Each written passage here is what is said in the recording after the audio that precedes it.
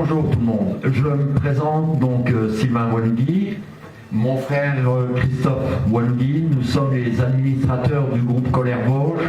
Ce groupe a été créé au mois de janvier sur la demande de nos amis qui se sont rassemblés à notre cause, c'est-à-dire contre le 80, les retraites, la CSG et ainsi de suite. Donc ce groupe a été créé en janvier avec deux administrateurs et 4 modérateurs.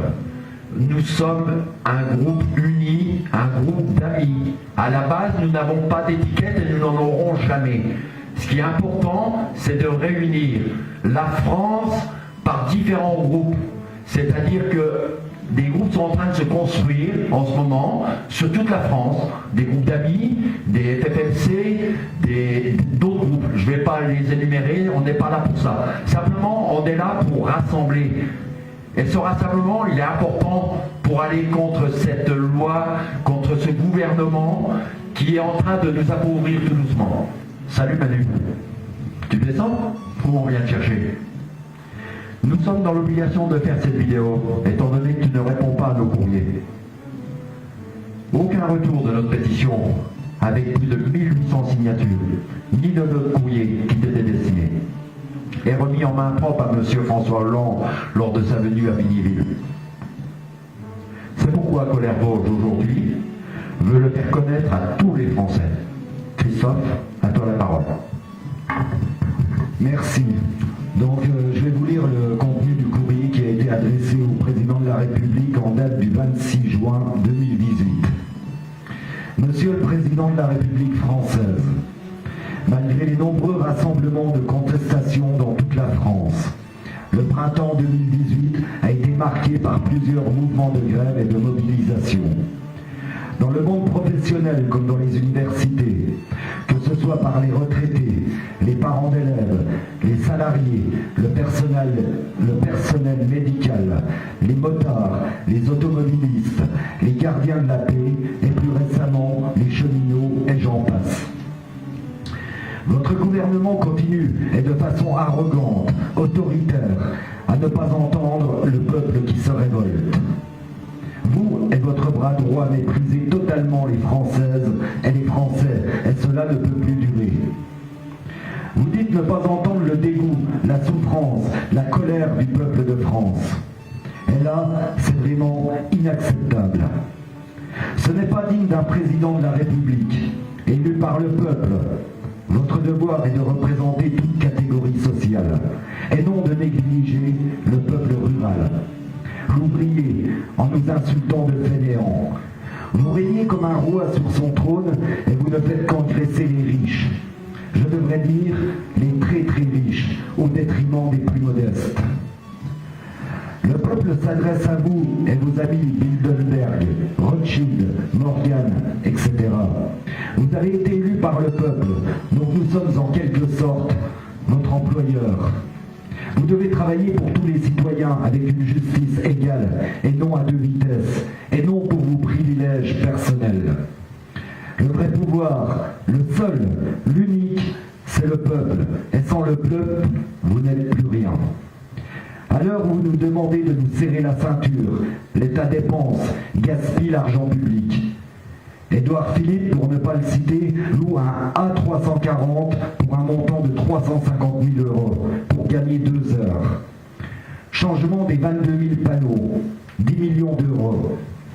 Changement de la vaisselle du palais de l'Élysée, 500 000 € d'après le Canard enchaîné. Construction de la piscine au fort de Brégançon, 34 000 € et j'en passe. Il aurait été sans doute plus judicieux d'utiliser cet argent intelligemment par la mise en place de glissières pour les motards, de refaire le réseau routier qui ne cesse de se dégrader partout en France et même sur les voies rapides, lutter efficacement contre l'alcool, les stupéfiants et le téléphone au volant.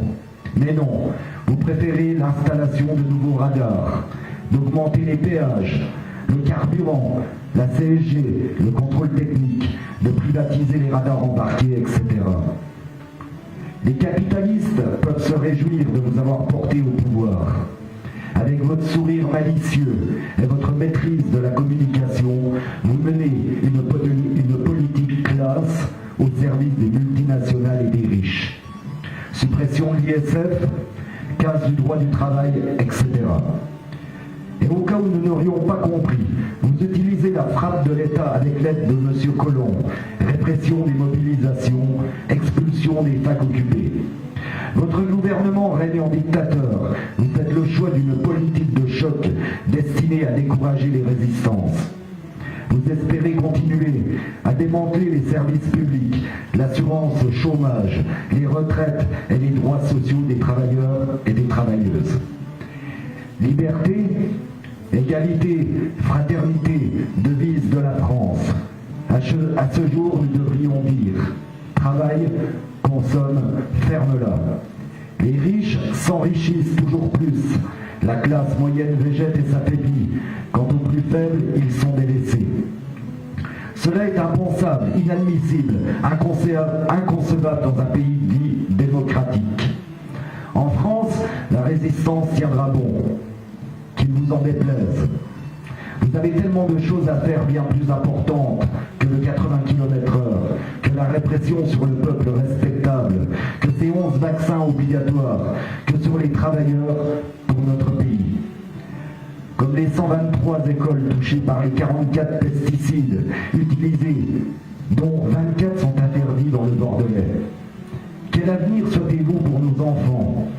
Comme le réchauffement climatique, le problème de la drogue dans les cités et ailleurs, la haine, la sécurité, la déforestation. Mais il est plus facile, c'est vrai, de s'en prendre aux travailleurs, aux usagers de la route, qui eux peuvent encore payer votre raquette. Non, trop c'est trop, on n'en peut plus. Monsieur le Président de la République, vous êtes le Robin des Bois à l'envers. Je m'explique. Vous prenez aux plus démunis et vous appelez cela les affaires.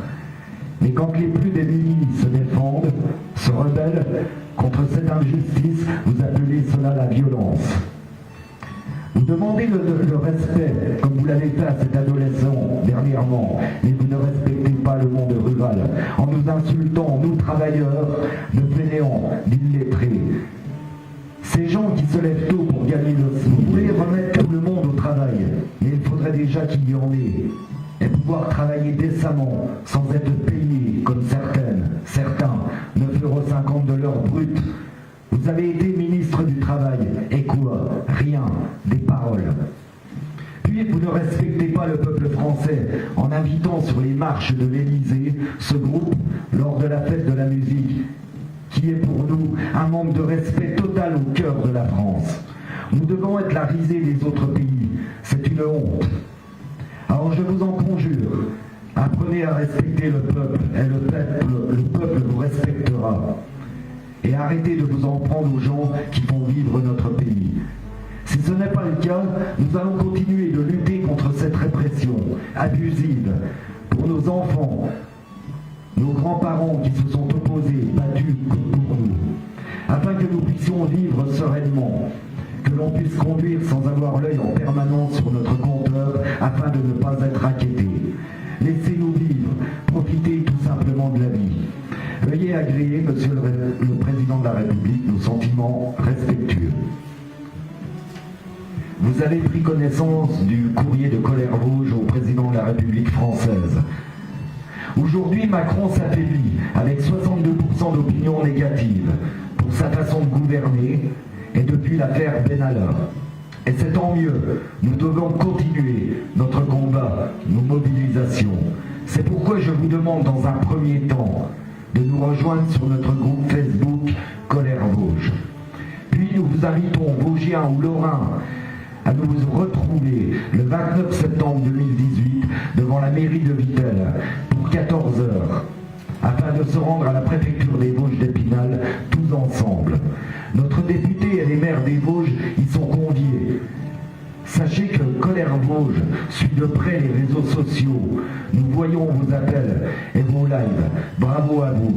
Ensemble, nous sommes forts. Nous comptons. Je compte sur vous, comme vous pouvez compter sur nous. N'oubliez pas, l'union fait la force. Merci et à bientôt.